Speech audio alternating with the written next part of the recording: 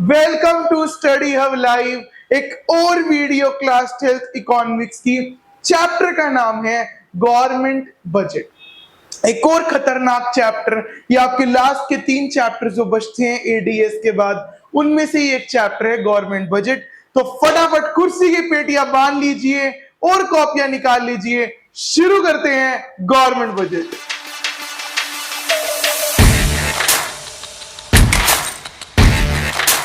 Okay guys, तो government budget क्या होता है, टिन से लेकर प्लेन तक हर कुछ देखने वाले हैं इस क्लास में। तो सर सबसे पहले गवर्नमेंट बजट होता क्या है? तो बेटा गवर्नमेंट बजट एक फाइनेंशियल स्टेटमेंट है। नजर डालना, एक फाइनेंशियल स्टेटमेंट है सारे खर्चों की, एक्सपेंडिचर की, पेमेंट्स की एंड रिसीट्स की भी, जो भी एक फिस्कल ईयर में, फाइनेंशियल ईयर में होने वाले हैं।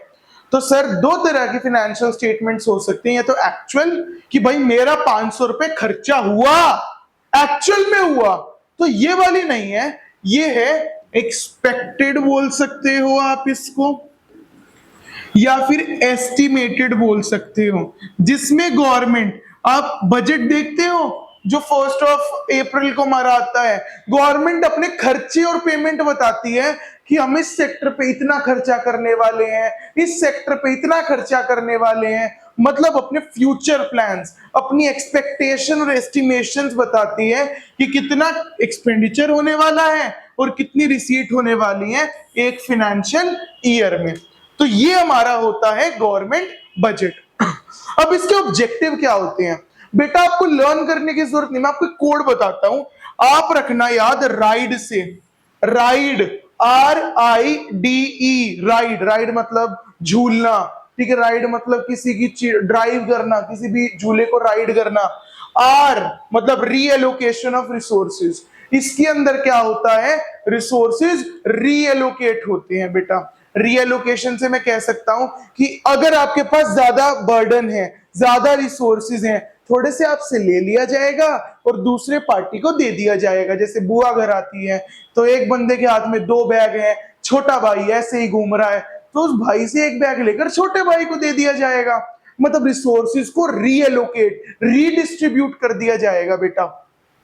आई का मतलब इनकम रीडिस्ट्रीब्यूशन। इसमें क्या करा जाएगा, अमीरों को ज्यादा टैक्स लगाया जाएगा, उनसे पैसा लेकर गरीबों को सब्सिडी दे दी जाएगी। मतलब टैक्सेशन एंड सब्सिडी मॉडल पे चलेगा, टैक्सेशन एंड सब्सिडी मॉडल पे बेटा। अगला डायरेक्ट इकोनॉमिक ग्रोथ, मतलब सीधा सीधा असर किस पे आएगा बेटा, इकोनॉमिक ग्रोथ पे। हमारी इकोनॉमी एकदम रॉकेट की तरह ग्रो करेगी क्योंकि हमारा क्या बना है, गवर्नमेंट बजट बेटा। और अगला इकोनॉमिक स्टेबिलिटी, इसका मेन ऑब्जेक्टिव क्या रहता है कि हमारी जो इकोनॉमी है, इंडियन इकोनॉमी, वो स्टेबल रहे, वो ज्यादा अफेक्ट ना हो चीजों से, ठीक है। तो राइड से आप इसको याद कर सकते हो। फटाफट एक बार मेरे साथ बोलो, रीडिस्ट्रीब्यूशन ऑफ इनकम R से, ठीक है। आगे इसको रीएलोकेशन भी बोल सकते हैं। I से इनकम रीडिस्ट्रीब्यूशन, D से डायरेक्ट इकोनॉमिक ग्रोथ, E से इकोनॉमिक स्टेबिलिटी। तो आपको रट्टे नहीं मारने, आपको राइड, राइड से सीधा याद रख देना ऑब्जेक्टिव। फटाफट बेटा इसका स्क्रीनशॉट ले लो, कॉपी में नोट कर लो ताकि आपके पास शॉर्ट नोट्स रहें। फटाफट, जिसने कलम उठाई है वही कलाम बना है।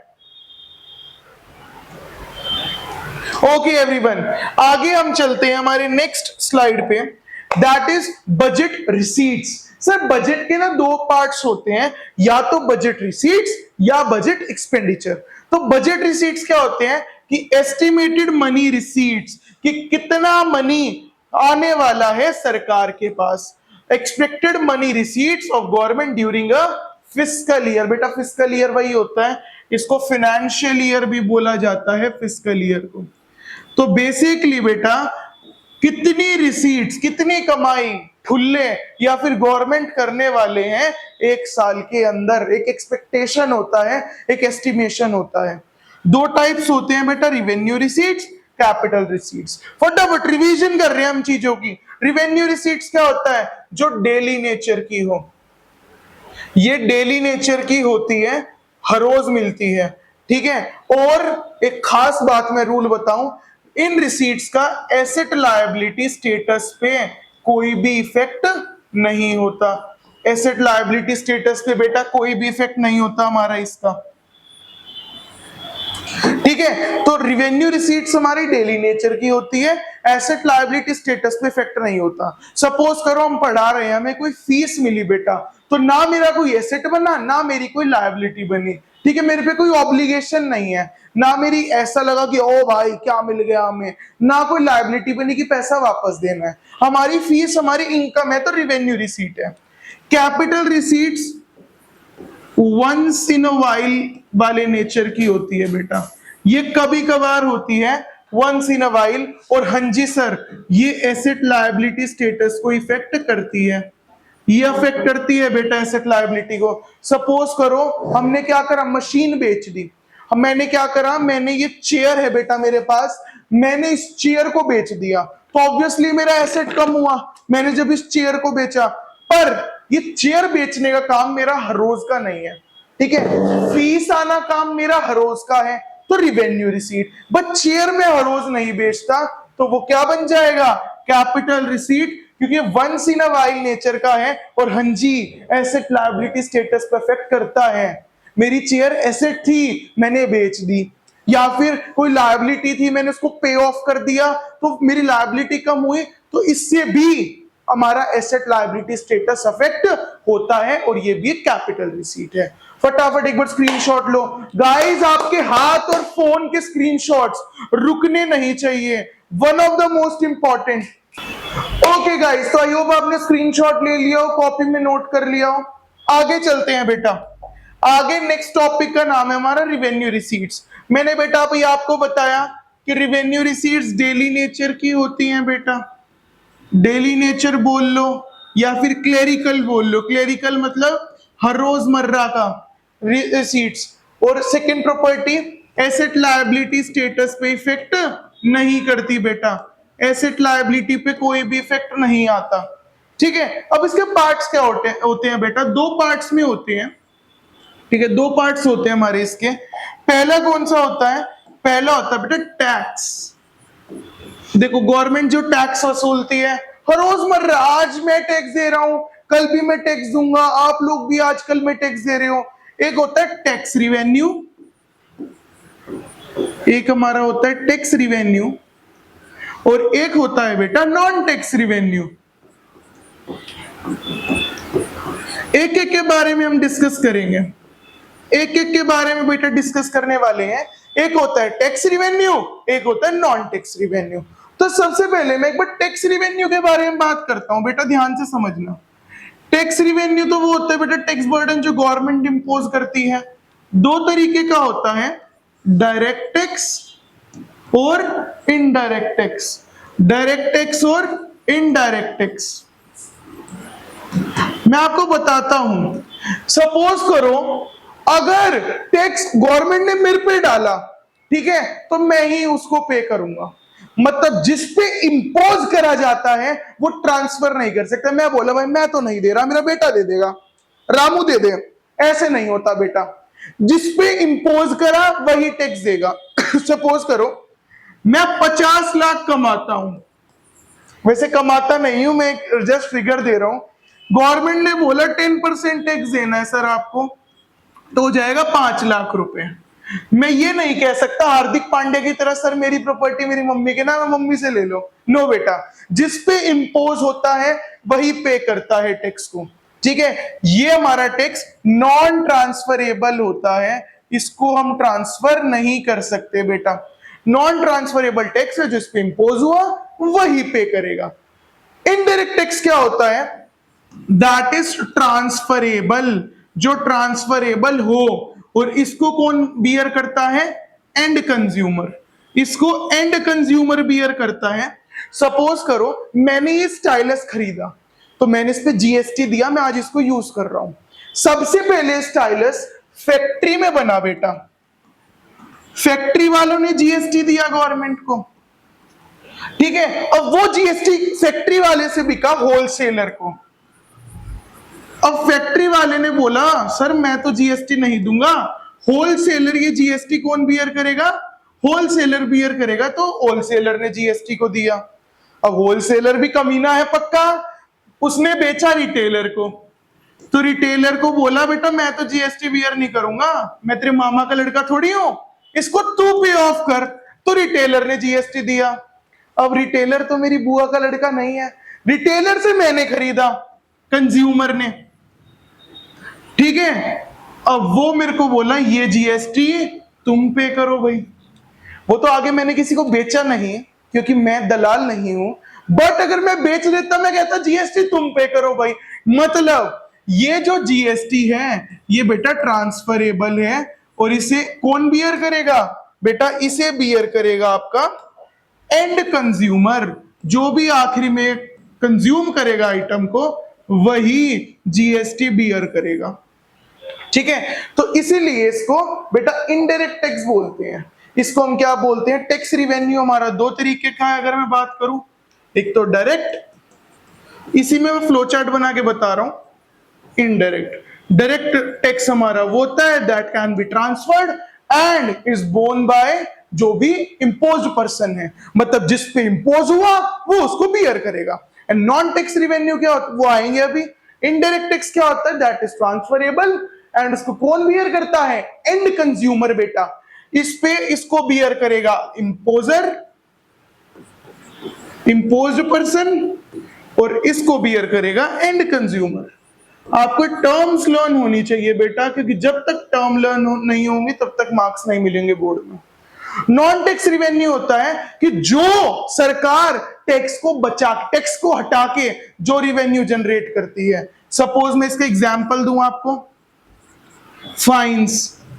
आपको जो चौराहे पे हमारे सफेद जर्सी में मामे मिलते हैं ठुल्ले, वो जो आपसे चालान लेते हैं वो भी तो गवर्नमेंट की कमाई है। फाइन्स, एस शीट्स बेटा समझना, इसका मतलब होता है अगर आपकी वजह से जैसे कोई हाईवे निकल गया आपके खेत में से, प्राइस बढ़ गए खेत के, तो उस एप्रिसिएशन प्राइस का जो प्राइस बढ़ा है गवर्नमेंट कुछ परसेंटेज मांगती है। नितिन गडकरी कहता है हमारी वजह से प्राइस बढ़े, तो उस चक्कर में आपको कुछ पैसा देना पड़ता है, एस शीट्स, ठीक है। और आप कैसे कह सकते हो पेमेंट्स, आपने कभी आधार बनवाया, पैन बनवाया, 100-150 रुपए आप देते हो ना बनवाने में, तो जितनी भी आप पेमेंट करते हो सरकारी पेमेंट, वो भी क्या है? नॉन टैक्स रिवेन्यू है, हर रोजमर्रा की रिवेन्यू है, तो रिवेन्यू रिसीट्स में आएगा। बच्चों फटाफट इसको स्क्रीनशॉट ले लो, बेहतरीन टॉपिक मैंने आपको बताया रिवेन्यू रिसीट्स का। फटाफट बेटा, हाथ जैसे पबजी में नहीं रुकते, रुकने नहीं चाहिए आपके। Got it? Very good. आगे हम चलते हैं कैपिटल रिसीट्स पे। मैंने अभी आपको बताया बेटा capital receipts once in a while nature की होती हैं, once in a while nature की, और हाँ जी सर एसेट लायबिलिटी स्टेटस पे इफेक्ट करती हैं। इससे या तो एसेट बढ़ेगा या एसेट घटेगा। इसमें जनरली 3 आइटम आती हैं बेटा जी। पहली recovery of loan, recovery of loan, अगली बोरोइंग बेटा, बोरोइंग, अगली डिसइन्वेस्टमेंट बेटा। मैं आपको ये चैप्टर ऐसा पढ़ाऊंगा जितना पढ़ाया जा सकता था, ठीक है। तो पहली रिकवरी ऑफ लोन बेटा, मैंने किसी को लोन दिया था, मुझे वापस मिल गया, पैसा घर में आ गया, बट ये पैसा हर रोज नहीं आता, वंस इन अ वाइल आया। और हाँ जी मेरा जो एसेट था ना कि भाई ध्रुव मेरे को पैसा देगा, अब ध्रुव ने दे दिया तो एसेट खत्म हो गया, तो ये कैपिटल रिसीट्स है, मेरा एसेट लायबिलिटी स्टेटस चेंज हो रहा है। बोरोइंग, मैंने किसी से पैसा ले लिया तो मेरी लायबिलिटी बढ़ गई, और ये पैसा रोज रोज नहीं आता, 1-2 दिन में ऐसी बार आता है, तो कैपिटल आइटम है बोरोइंग, ठीक है। डिसइन्वेस्टमेंट क्या होता है बेटा? जब पब्लिक सेक्टर यूनिट के शेयर सेल ऑफ होते हैं। आपको पता है काफी ज्यादा बैंक सब बिक गए हैं प्राइवेट सेक्टर को, तो गवर्नमेंट के एसेट होते हैं शेयर्स, और वो शेयर जब बिकते हैं तो एसेट कम हो रहे हैं बेटा, तो ये जो पैसा आ रहा है वो भी क्या है?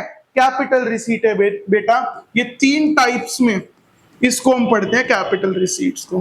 फटाफट स्क्रीनशॉट लेते चलना बेटा, स्क्रीनशॉट ऐसे लेना जितने लिए जा सकते थे। फटाफट गाइस लिखते चलना, स्क्रीनशॉट लेते चलना। आगे चलते हैं बेटा। बजट एक्सपेंडिचर क्या होता है? बजट एक्सपेंडिचर होता है एस्टिमेटेड एक्सपेंडिचर ऑफ गवर्नमेंट। कितना खर्चा हो सकता है गवर्नमेंट का एक साल में, उसे हम क्या बोलते हैं? बजट एक्सपेंडिचर बेटा। सेम इसके दो टाइप्स हम पढ़ेंगे। पहले का नाम है, दो टाइप्स हम यही देखने वाले हैं। पहले का नाम है रिवेन्यू बजट या फिर रिवेन्यू एक्सपेंडिचर, अगले का नाम है कैपिटल एक्सपेंडिचर। सेम बेटा, रिवेन्यू एक्सपेंडिचर हमारा क्लेरिकल नेचर का होता है और एसेट लायबिलिटी स्टेटस पे अफेक्ट नहीं करता, doesn't affect asset liability status बेटा। ठीक है, क्लेरिकल नेचर का अफेक्ट नहीं करता एसेट लायबिलिटी को। कैपिटल एक्सपेंडिचर क्या होता है? Once in a while nature and बेटा and it affect asset liability, it affect asset liability status. Suppose करो मुझे मेरी कोई चेयर ब्रोकन है, टूट गई है, मैंने उसको रिप्लेस करा दिया, उसको चेंज करा दिया, भैया रोज खर्चे होते हैं, एसेट नहीं बना कोई, तो रिवेन्यू एक्सपेंडिचर। बट मैं नई चेयर ले आया, हर रोज नई चेयर नहीं आती बेटा, ये कैपिटल एक्सपेंडिचर। अगर मैं इसी में एग्जांपल दूं, आपकी मशीन को आपने रिपेयर कराया तो रिवेन्यू एक्सपेंडिचर, बट एक नई मशीन परचेज कर ली तो आपका एसेट बढ़ेगा, तो बेटा ये क्या हो जाएगा? आपका कैपिटल एक्सपेंडिचर। फटाफट नोट करो, स्क्रीनशॉट लो बेटा। बेशक आप वन शॉट देख रहे हो, मैं आपको देख पा रहा हूं, you are very close to me. Heart अगर ये है तो आप ये टुकड़ा हो बेटा, इसका ये वाला टुकड़ा, क्योंकि ये कोई और है। ठीक है, तो फटाफट इसको नोट कर लो, मैं आपको देख पा रहा हूं, कल के पेपर में फोटो डालेंगे हम सब मिलके। अगला टाइप्स ऑफ बजट बेटा। बजट दो तरीके का होता है, बैलेंस बजट और अनबैलेंस बजट। बेटा मैं कमाता 100 रुपए हूं मिनट के और खर्च भी 100 रुपए देता हूं। जब रिसीट्स और एक्सपेंडिचर इक्वल आ जाए, ठीक है, हर चीज बैलेंस हो जाए, तो इसे हम बोलेंगे बैलेंस बजट बेटा। इसे हम क्या बोलेंगे? Balanced budget. जब खर्चा और कमाई, मैंने आज कमाए 6,000 रुपए और मेरे लग भी उतने गए पूरे दिन में, तो मेरा बजट बैलेंस्ड में चलेगा, मेरे रिसीट एक्सपेंडिचर इक्वल हो जाएंगे। बट बेटा दो केस और बन सकते हैं अनबैलेंस बजट में। सर क्या हो, आप कमा ज्यादा रहे हो, खर्चा कम हो, when receipts are greater than हमारे एक्सपेंडिचर। एंड सेकंड, क्या पता कमा कम रहे हो, खर्चा ज्यादा हो बेटा। तो ये तो बैलेंस बजट था जब इक्वल हो, और जब इक्वल नहीं हो तो अनबैलेंस बजट। जब बेटा कमा ज्यादा रहे हो, एक बात बताओ बेटा, मेरी जेब में 200 रुपए पड़े हैं और मैंने खर्च 500 कर दिए, तो मेरे घर से पैसा गया है, घर में पैसा आया? घर से पैसा गया, गया मतलब डेफिसिट बेटा। इसे हम बोलेंगे डेफिसिट बजट। डेफिसिट का मतलब होता है कमा कम रहे हो, खर्चा ज्यादा हो गया बेटा, और जो मेरे पास 200 का नोट है उसमें से मैंने 50 ही खर्चे, एक प्लेट मोमोज खाई, तो बचे 150 मेरे घर में आएंगे, एंड इसे बोलेंगे बेटा सरप्लस बजट। इसे क्या बोलेंगे? Surplus budget. तो आपके बजट के ये टाइप्स होते हैं, balance budget, surplus budget, deficit budget. बेटा जब गवर्नमेंट के पास पैसा बचता है, अब डिस्क्लेमर ले लो, यहां पर पिछला पार्ट देख कर आओ, जाओ अभी अभी देख कर आओ और वीडियो पे वापस आओ। इस पे हमारा पिछला पार्ट बीओपी था, balance of payment, official reserve. जब पैसा घर में बचता है तो वो जो ऑफिशियल रिजर्व्स थे ना, जो मैंने पिछले पार्ट में आपको बताए थे, हाँ जी बच्चों इतने हरामी तो देखा तो नहीं होगा, वो इंक्रीज होते हैं। एक बात तो, मेरे घर में पैसा बच रहा है, मैं अपनी महिला मित्र पे थोड़ी उड़ाऊंगा, मैं तो सरकार हूं, सरकार तो साडी अपनी है, तो मैं पैसा ऑफिशियल रिजर्व्स में डाल दूंगा, तो ऑफिशियल रिजर्व बढ़ेंगे। और डेफिसिट बजट, जब पैसा लग रहा है, एब्जॉर्ब हो रहा है बजट को बैलेंस करने में, तो हम क्या करेंगे? वो ऑफिशियल रिजर्व जो हमारे थे वो डाउन जाएंगे। क्योंकि अल्टीमेट एम क्या है गवर्नमेंट बजट का? बैलेंसिंग। मैंने आपको राइड रूल बताया था, राइड रूल, ठीक है, तो वो राइड में ऑब्जेक्टिव जो थे, तो उसमें बैलेंस करना सबसे बड़ा ऑब्जेक्टिव था बेटा। तो अगर ऑफिशियल रिजर्व बढ़ गए तो ये बैलेंस हो जाएगा, और ऑफिशियल रिजर्व घट गए, जितना डेफिसिट था हमने सप्लाई कर दिया, तो भी ये बैलेंस हो जाएगा।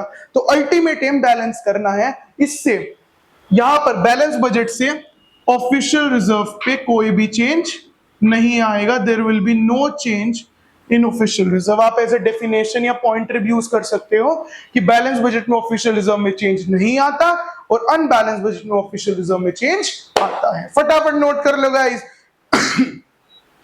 करोगे नोट तो मिलेंगे नोट, फटाफट।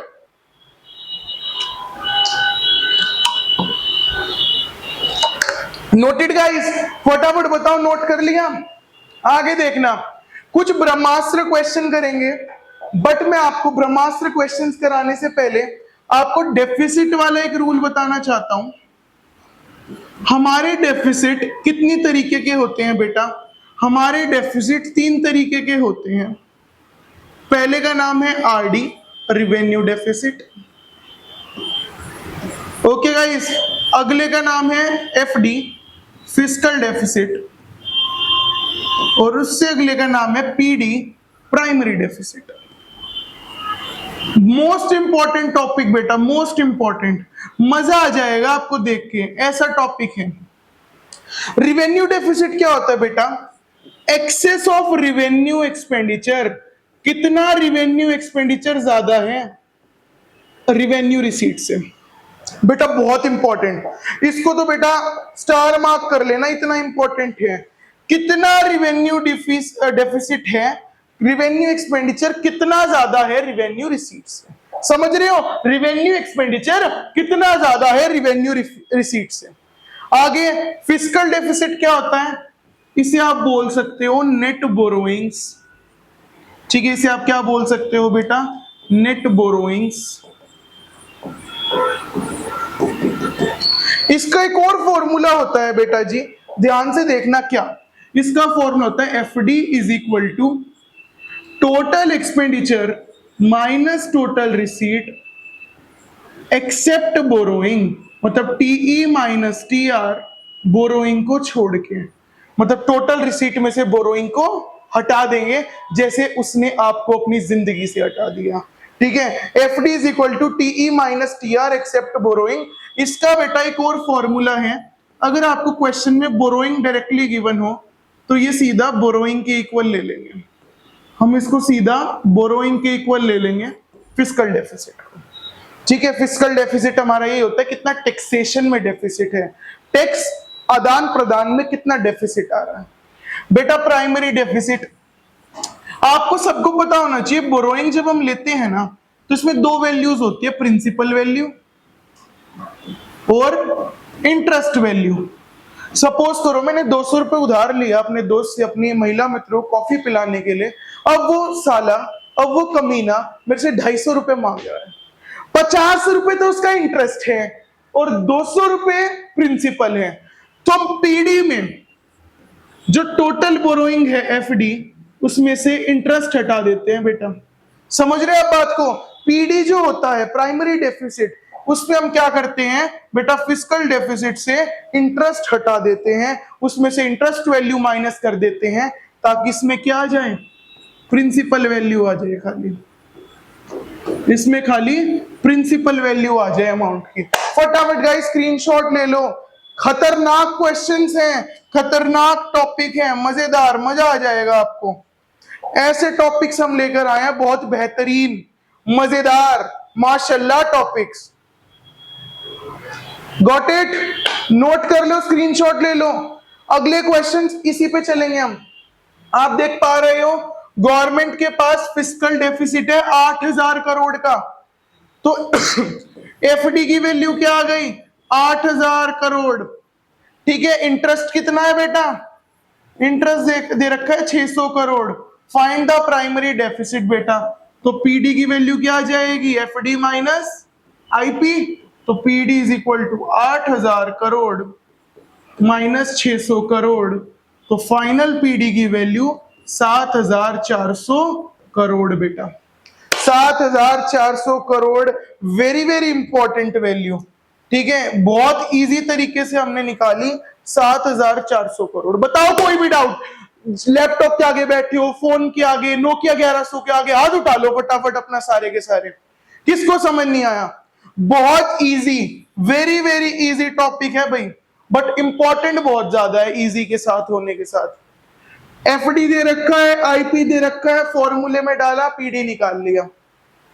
फॉर्मूले ये हैं तीनों, मैंने आपको तीनों डेफिसिट बताए, revenue deficit, fiscal deficit, primary deficit.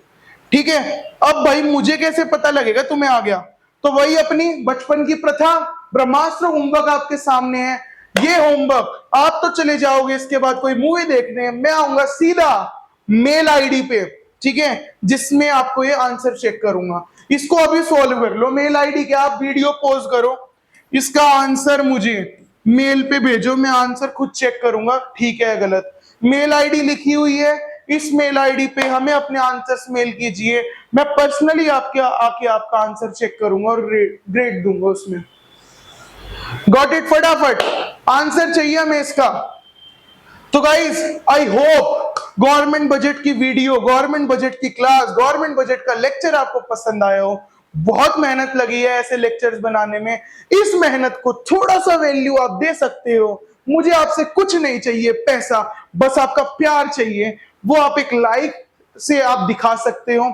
Subscribe channel को जरूर करना ताकि पता लगे हमारी जनता कितनी है, एक कैमरे के पीछे दुनिया बैठी है वो कितनी बड़ी है। और कमेंट सेक्शन खुला है आपकी गालियों के लिए या तालियों के लिए। और अगर ऐसे ही अमेजिंग लेक्चर्स आप लेना चाहते हो, फटाफट यूट्यूब को तो सब्सक्राइब कर लेना। और मेरे साथ एच के गर्ग के साथ अगर ऑफलाइन पढ़ना चाहते हो तो आपको एक नंबर मिलेगा यहाँ पर, इस पे जाकर कॉल करें, व्हाट्सएप करें, कुछ भी करें। अगर हमारे दिल्ली में सेंटर्स में कोई भी सीट वेकेंट हुई, डिस्क्लेमर, तो हम आपको वो सीट अलॉट करेंगे और आपको मौका मिलेगा मेरे से लाइव पढ़ने का। तो अगर आपको लेक्चर्स देखने हैं यूट्यूब पे तो हम आते रहेंगे, मिलेंगे किसी और अगली वीडियो में। Till then bye bye, have a nice day, bye bye.